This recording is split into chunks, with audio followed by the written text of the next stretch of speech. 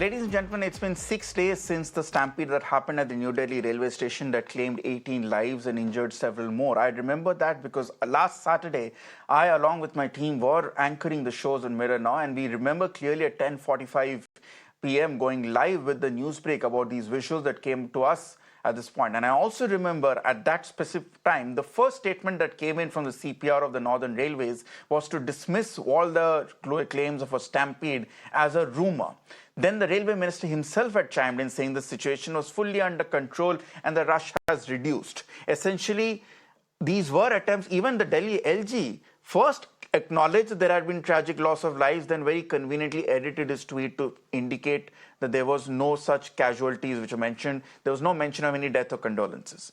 It is evident to any journalist or anchor who was following the story and covering at this point that their first step was to try and control the narrative and play down the narrative. And if we hadn't had these visuals at this point coming to us from the New Delhi railway station, we probably would not have realized or not have been in a position to counter the deliberate attempts which were being made to try and obfuscate this issue. Now, according to reports, the Union Ministry has ordered X, which was known as Twitter, to remove these videos. About 285 links containing videos of these tragic stampede have been asked to be removed. The ministry says that Twitter has to, or X has to comply with the directive within 36 hours. The railway claims that keeping these videos on X violates both ethical norms and the platform's own content policy. It also argues that these videos could incite law and order issues here. So is the railways right in its perspective that these videos are sensitive and should not be allowed to currently incite law and order problems? Or is this just an attempt to try and hide the smoking gun? I am, of course, being joined by Jasmine Sandwalia of the BJP and Tehseen Poonawalla from our previous debate. But I want to first go across to Apar Gupta, who's the advocate and co-founder of Internet Freedom Foundation. Apar, thank you so much for joining us on Mirror Now.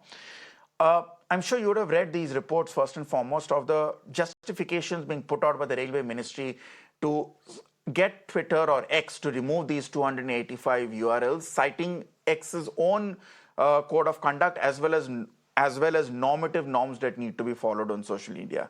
As someone who champions net neutrality and internet freedoms, do you buy this logic? So there are three short points I want to make. The first is the incident itself, which has been widely reported, is clearly in public interest, concerns the loss of life in a public place, and the videos which have been shot around it place accountability on a public office, which is the Ministry of Railways. In a way, it is within the scope of any kind of accountability which leads to improvement. It is at the core of a democratic discourse. That's the first point.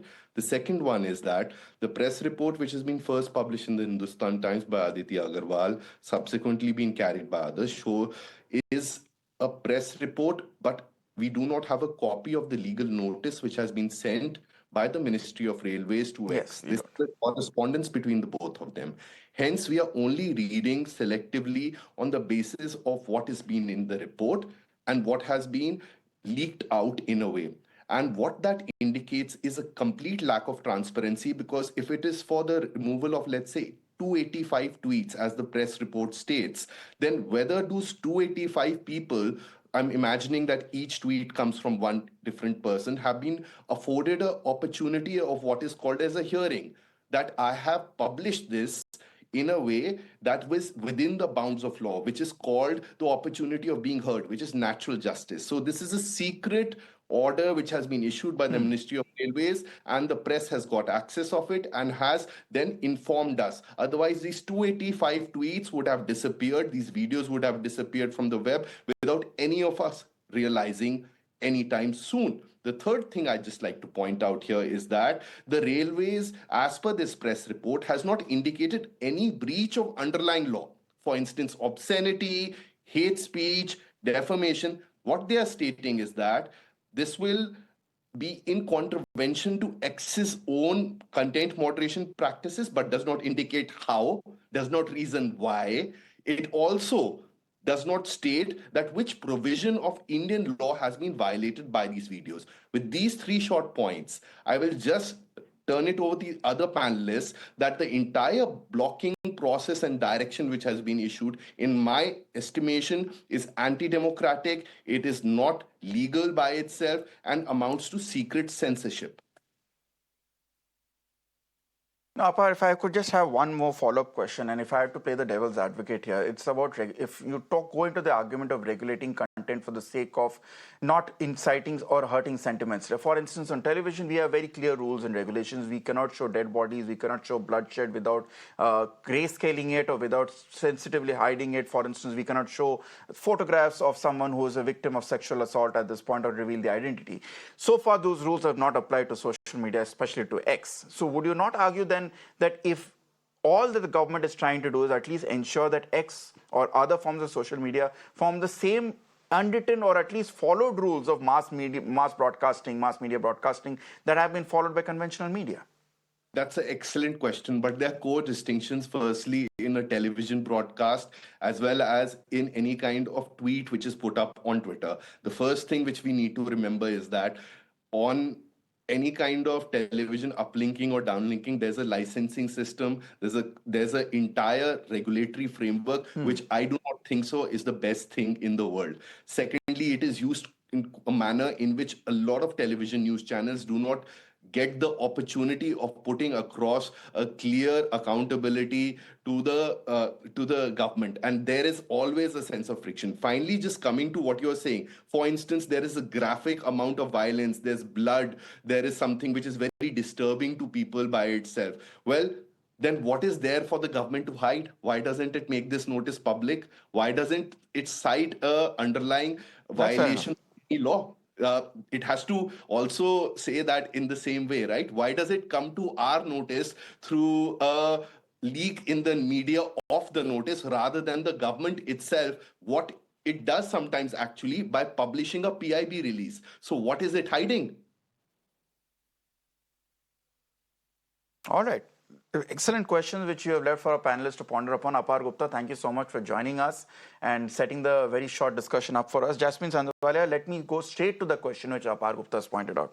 If the railways, and this is a new power which has been vested with the railways, earlier it was just the Ministry of Information and Communication that used to do it. If the railways feel that these links are violative of whether of X's own social media platform policy, or is it a violation of the union law in some form? Why not make this notice public? Why do we get to hear this from a media report in which we still don't see the notice that has been put forward by the railways? Now, if I'm to assume that this report itself is wrong, surely there would have been a clarification which would have come out from the railways ministry by now.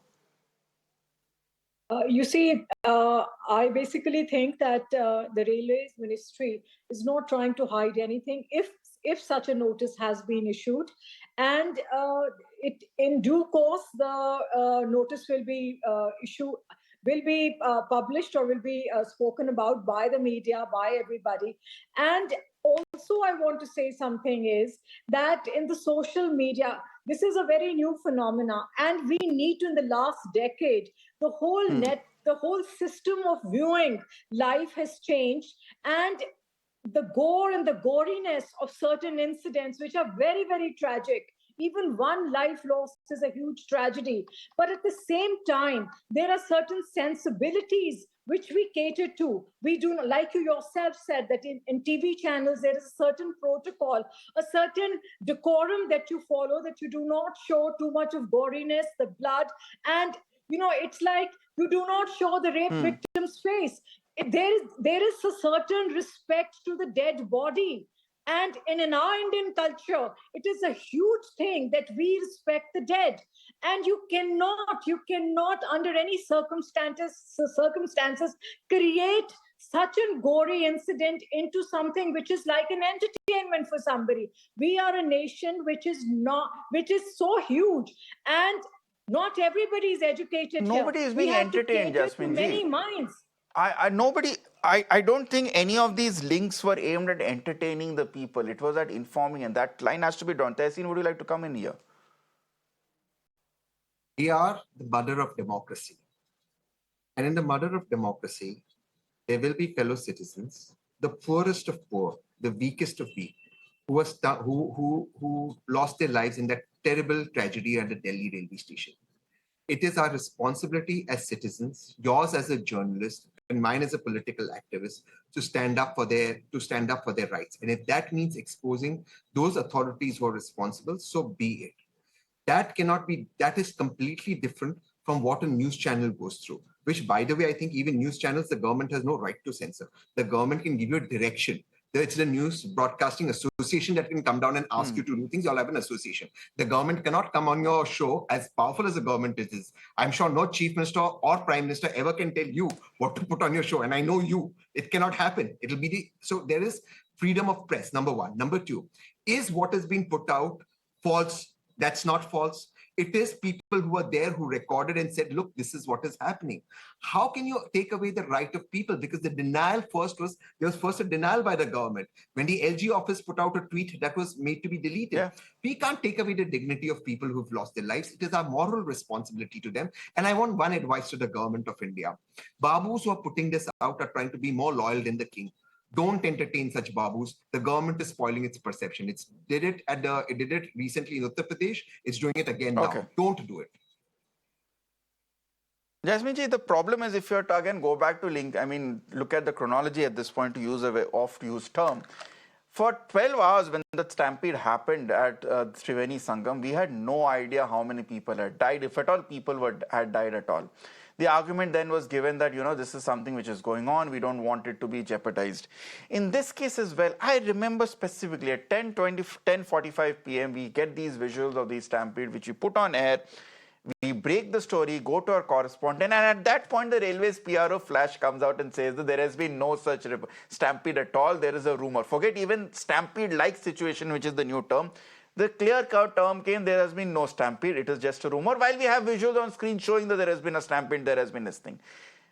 In those cases, does it not come across as a blatant attempt to hide the truth, especially when you look at how the railways minister tried to play it down? When the Delhi LG edited his tweet within 15 minutes, embarrassingly, if you not put two and two and see that, anyone can understand this is an effort to hide the truth? Mr. Bhattacharya, I don't think so anybody can hide any kind of truth in today's very vocal social media.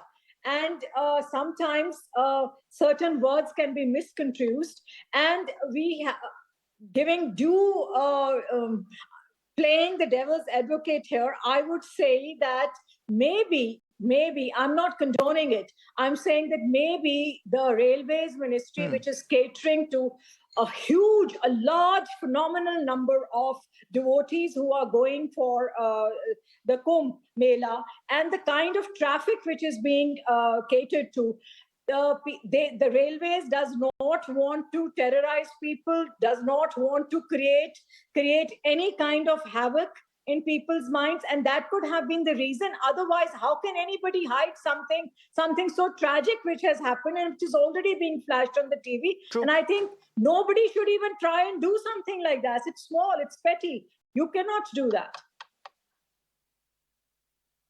Fair enough. At the end of the day, as Jasmine points out, this was something which could not be.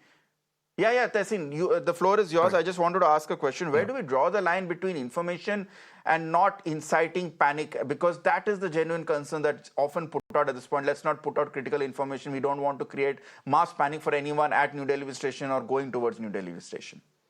That law has been laid down in a brilliant Supreme Court judgment. It's a brilliant Supreme Court judgment. It essentially deals with freedom of expression, freedom of speech. So let me express that. Freedom of speech is absolute, but it does not give you the right to shout fire in a crowded auditorium where there is no fire and thereby causing a stampede. The converse of it is freedom of speech is absolute, and it is not just absolute, it is your duty to shout fire if there's a stampede and to make people aware. If people are dying, if people are being crushed, if the poorest, the weakest, the women and the children are being crushed, it is my moral duty to put out that information because the government has failed. The government cannot say, hey, I'm sorry, people are dying, but don't create panic. It was the government's job to, in the first place, monitor that there is no panic and no stampede. This is two completely converse arguments being manipulated by Babus. I don't think the government is doing it.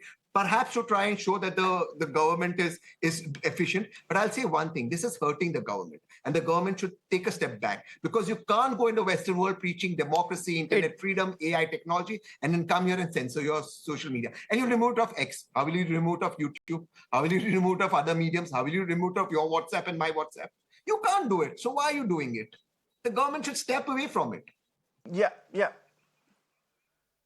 Fair enough. I think if there's one underlining issue in both these debates that we have faced today, the solution often is transparency. Whether it be in this case of the railway station stampede, whether it be in the form of USAID, the more transparent we are, the more there is an official investigation launched, and the more, again, you're open with the public at this point.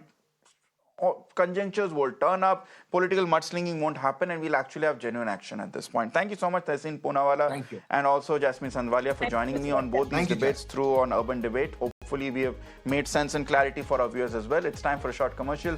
On the other side is Nation Tonight with Shreya Upadhyay. Stay tuned.